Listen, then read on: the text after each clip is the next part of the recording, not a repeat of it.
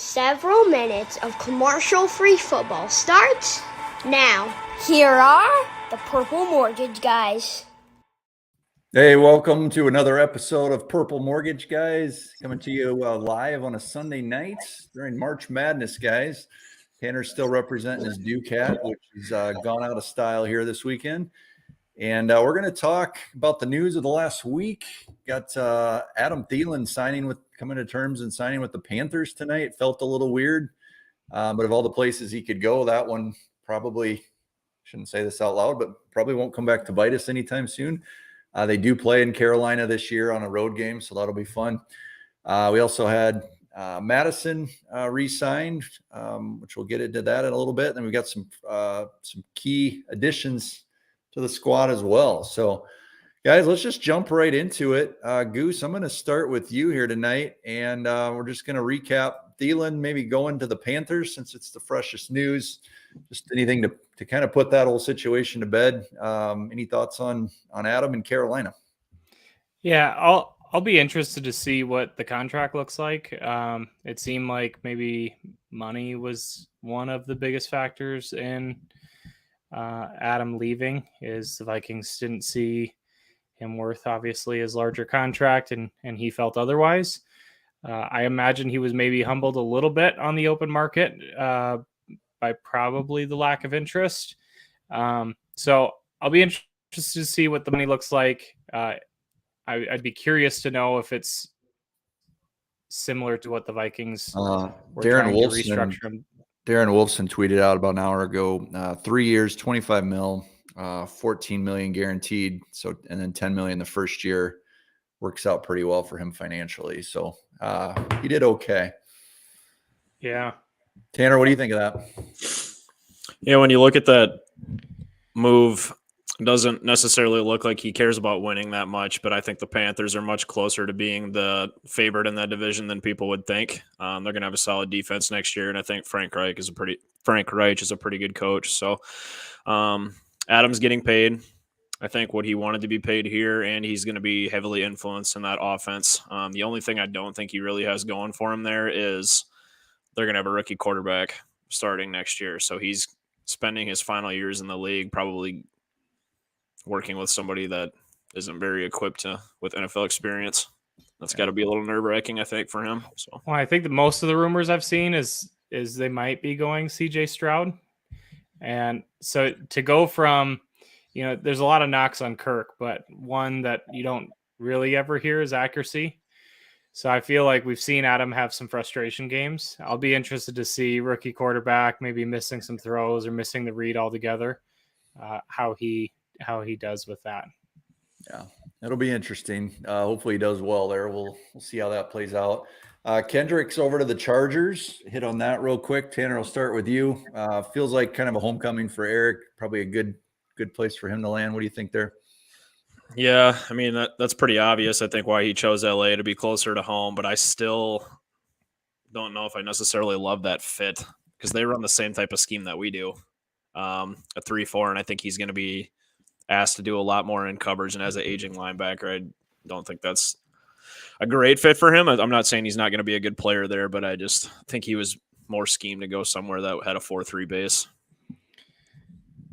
Yeah, I think EK, I think he'll do well. I didn't want him to leave, so I'm probably biased, but I think they probably have a little bit more athleticism on the defense to surround a more aging player. So I think Derwin James and his ability to really fly around could maybe help protect him on some of that. I also think players playing with a chip on their shoulder always seem to at least be able to put together another year or so. So we'll see how he does, but I think he'll have a pretty solid season. Yeah. Well, let's get into some of the news here for our team here with the Vikings. Harrison restructured, so he's going to be staying on the team. I think we were all more than happy to see that. Took a bit of a pay cut, but yeah, things are looking good for the safety position in the secondary with Harrison sticking around with some leadership. So do you guys have any doubts that was the right move for the Vikings to keep him around? Goose, you could talk about your favorite player first if you want. I don't know that I can give a good unbiased answer, but of watching a lot of these long-term Vikings players leave, I'm glad that there's one that's at least likely now to play his entire career with the Minnesota Vikings. It was a pretty substantial pay cut, which even we look at Adam and it's like, man, Minnesota boy, like Vikings fan his whole life. How could he not do that? There is a pride thing to like just absolutely cut your contract in half or more and then show up and not let that affect you.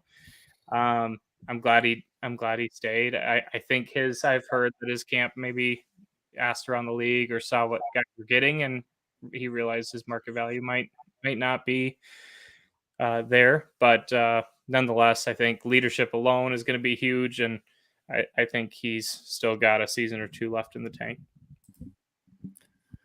Well, moving on to Zadarius. What do you guys think is going to happen there? We haven't talked about him now for a little while. Back in 23, is he gone? Is he traded? What's going to happen there, Tanner? Gosh, I just don't know. I was thinking if you would have asked me that like a week ago or even 2 weeks ago, I would have said he'd probably not be here. And part of me still thinks that he might be gone just because of all the figures that I keep seeing with him and Dalvin if they are cut or traded post June 1st. I just don't know what their plan is with Marcus Davenport either. You bring him in, he's a fairly big dude, and I feel like he could actually play with his hand in the ground and play some 5-tech as a defensive lineman as opposed to an edge rusher. So I don't know if their plan is to start him in one of those spots and then have Zadarius and Hunter on the outside.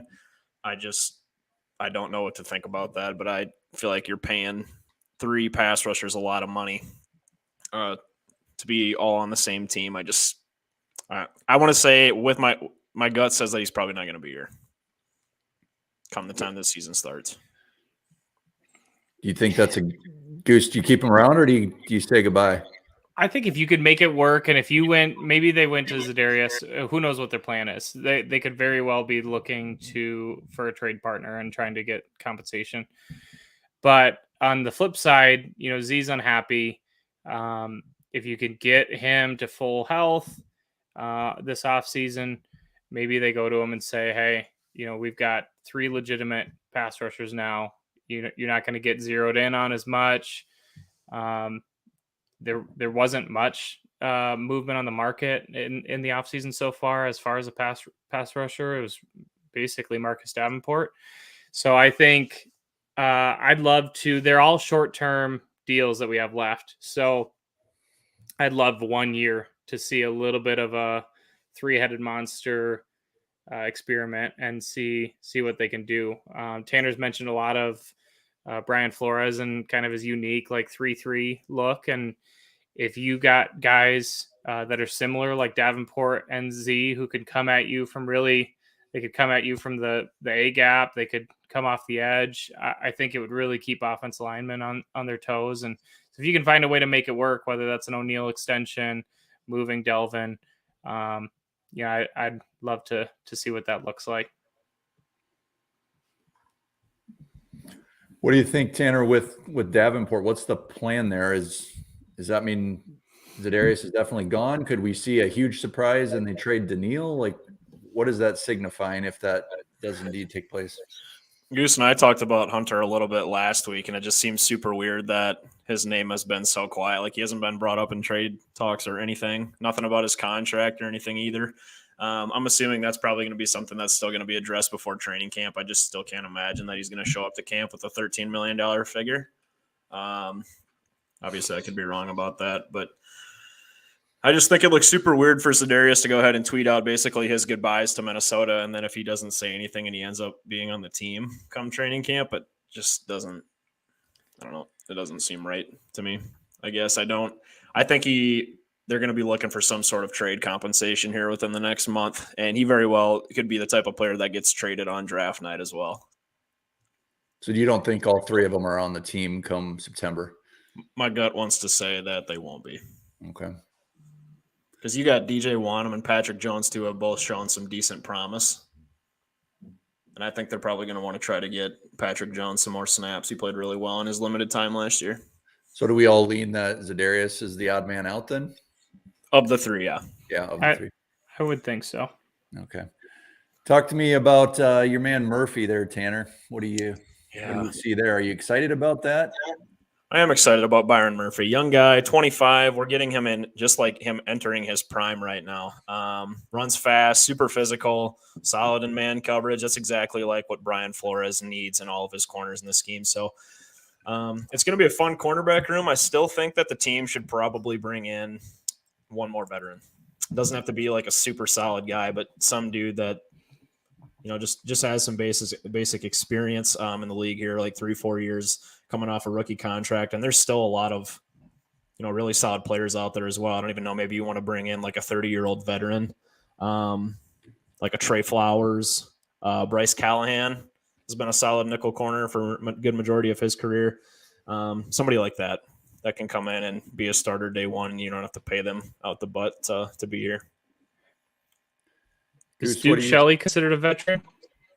I don't know why we haven't re-signed Duke Shelley yet. Doesn't make any sense to me. Yeah, I'd love to bring Duke Shelley back in. I'm really excited, though, about Byron Murphy. In our preview video, I was excited, but I didn't even really look into it much because I just didn't think the Vikings could make a big splash of a player of his magnitude. I just felt like he was one of the best corners out there, and with his age, I just thought he was really going to have to get paid a lot of money. So I'm super pumped about it. Watching different videos out there, like it looks like he's been given the assignment to kind of shadow other teams' best wide receivers. Had a chance to go up against Devontae, DK, some big physical wide receivers, and did a pretty good job of holding his own. So I'm excited to see what Brian Flores can do with him and see him on the field in purple. Tanner, talk to me about Lowry. What are your thoughts there? I can honestly say I don't know much about the guy. So yeah, Dean Lowry is just like he's like the most average defensive lineman in the world. Like you're not going to get any bad snaps out of him, but he's not going to be a dude that puts up like high statistical production every single year either. I just love the fact that the team, it's so weird to me that we're constantly like poaching old Packers players. They're like, there's one every single offseason dating back to like 10 years.